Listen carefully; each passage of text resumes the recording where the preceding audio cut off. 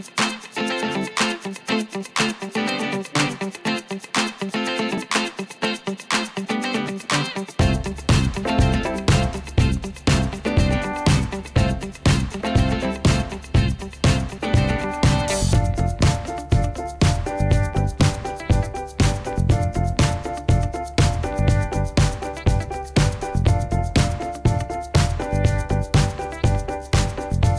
morning, everybody. This is Dear Mama Sal on a very pleasant Monday morning.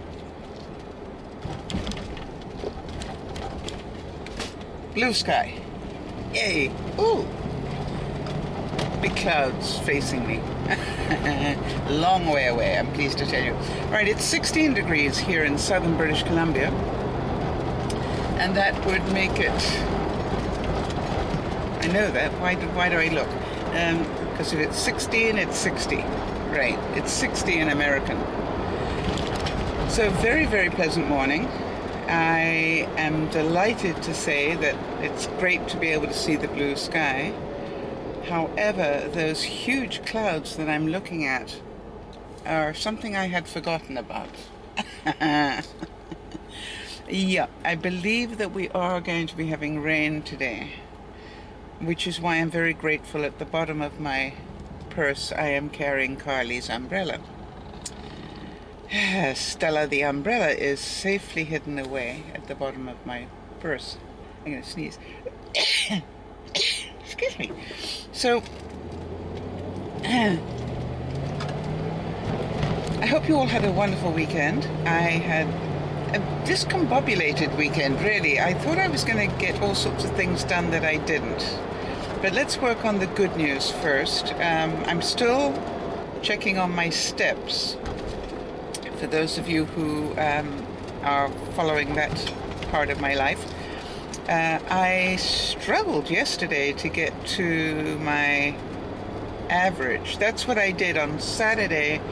The watch that I have, the program that comes with it, works out my average for the week. And so what I did was I shifted all my goals up to the average of the previous week, and almost immediately regretted it, because it took my step requirement from about 4,000 up to 4,700 or 900, I can't remember which, but it was significant as a change.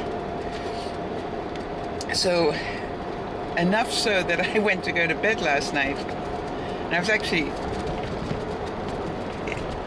already in bed when I realized I was not going to make my target for the day by about 400 steps. Now this is where knowing your steps is good,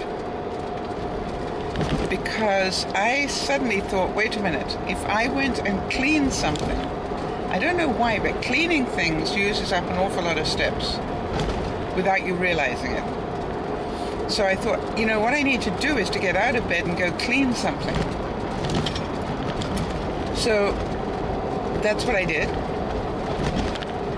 And then I was still about 200 short, so I just stood in front of the television and walked until I hit it. And I eventually ended up with actually over 5,000 by the time I went to sleep. So, good to know. Now, the difference is that today already I'm at 1,226. This is the difference between not sleeping in and sleeping in. Problem with weekends is I sleep in, I lose half a day walking. So anyway, the good news is that I'm already up to 1,200 today, which is excellent. And then, of course, the trick is to keep walking every half hour. Make sure I do at least a lap around the office, delivering stuff or, you know, sorting out things. Get off my butt. That is the trick. I dropped 1.5 pounds last week, which was significant considering what I've been eating. And so I'm actually quite pleased with that. I did go for a decent walk on Saturday, close to 2 miles, which for me is, quite a long walk. I realize for a lot of people that's just round the block, but for me 2 miles is a long walk. So I was really pleased to be able to do it. I did it without stopping halfway through and needing to rest or anything. So I was very proud of myself for that.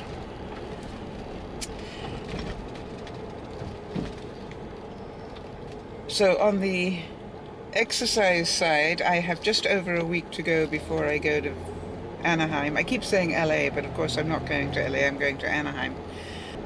And all I can think about is I'm going to be doing a lot of walking there. So that's why I'm trying to make sure that I am aware of what I'm walking now. And it'll be interesting to see how much going to a convention, will actually increase my walking or decrease it. I don't know which.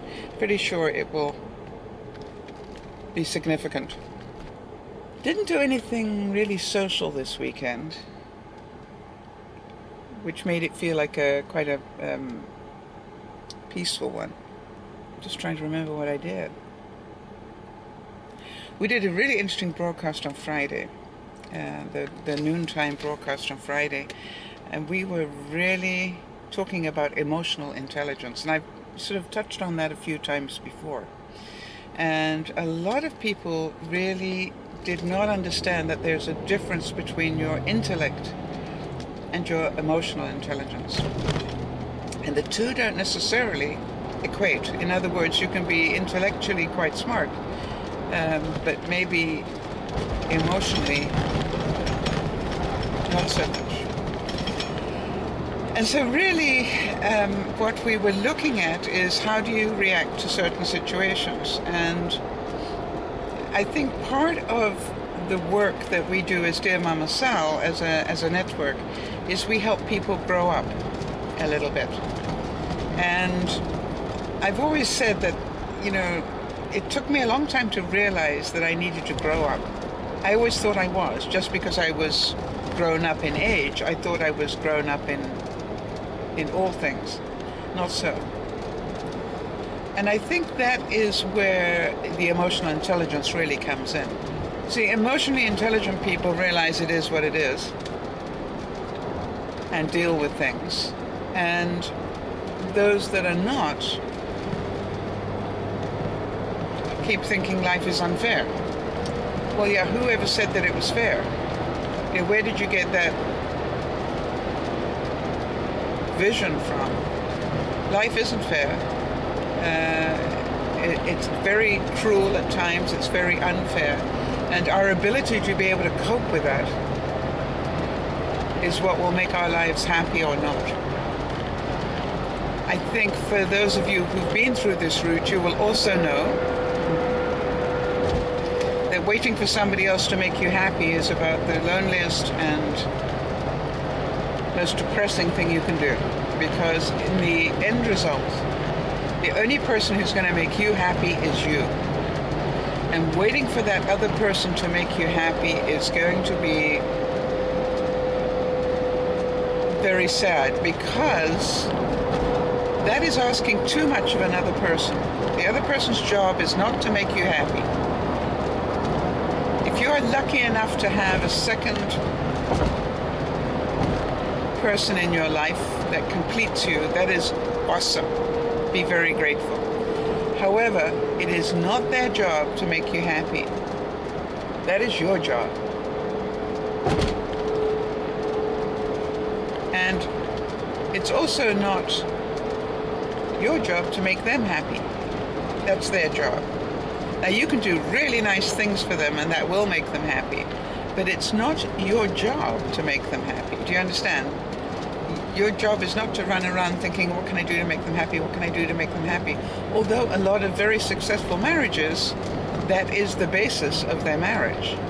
And I know quite a few people who live their marriages like that.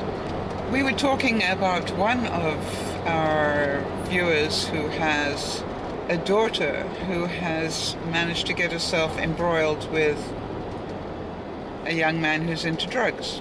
And luckily, the daughter was smart enough to walk away from that relationship in a hurry, which was awesome. And then, unfortunately, decided to go back because she can fix him. And you know, I wonder how many of us have been there. I have. If I love him enough, he will change. If I love him enough, he won't need to do drugs. If I love him enough, he won't hit me. And I could go on this list forever because I've heard it and I've done it in my lifetime. And the truth is, when you're emotionally intelligent, you understand the only person that's going to fix that person is themselves. If they don't want to get healthy in their thinking, they're not going to do it. And they can live their whole life blaming the world. And have you noticed, it's those people who are tied into that sort of thing that are the ones that blame the world for what is wrong, not blaming themselves for what is wrong. Blaming the world for not making them happy or not giving them enough money or whatever. Whereas the rest of us just get out and go and do a job and get enough money.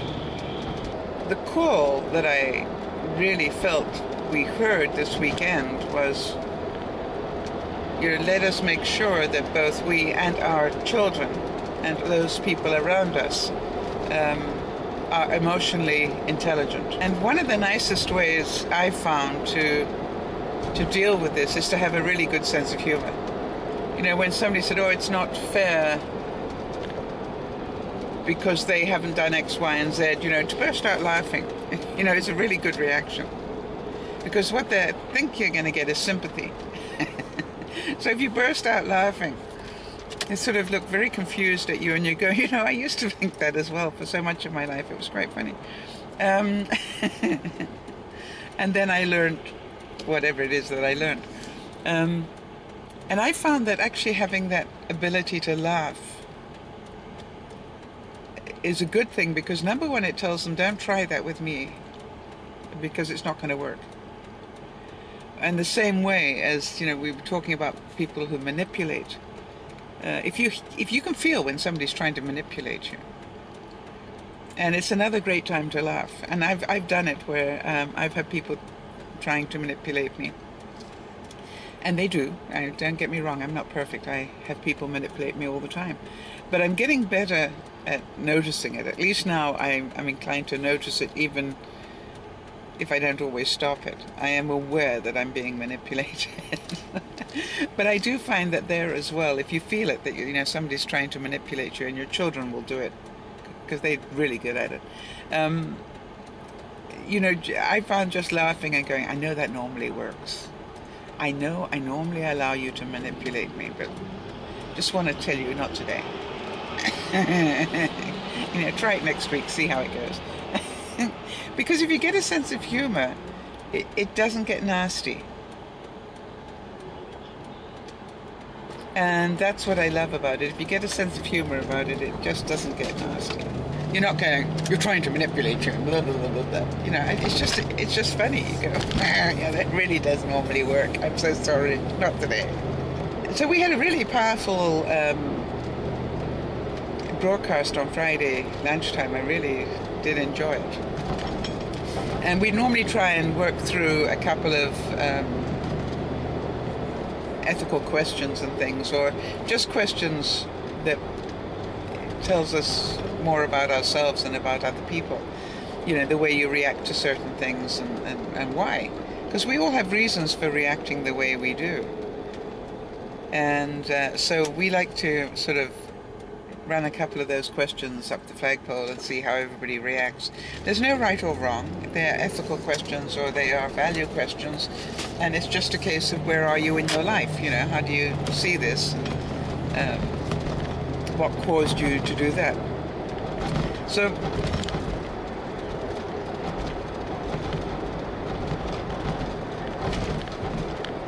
Saturday I had a really nice day off. I went for that bigger walk, a big for me walk, let's put it that way, and felt very proud of myself for doing that.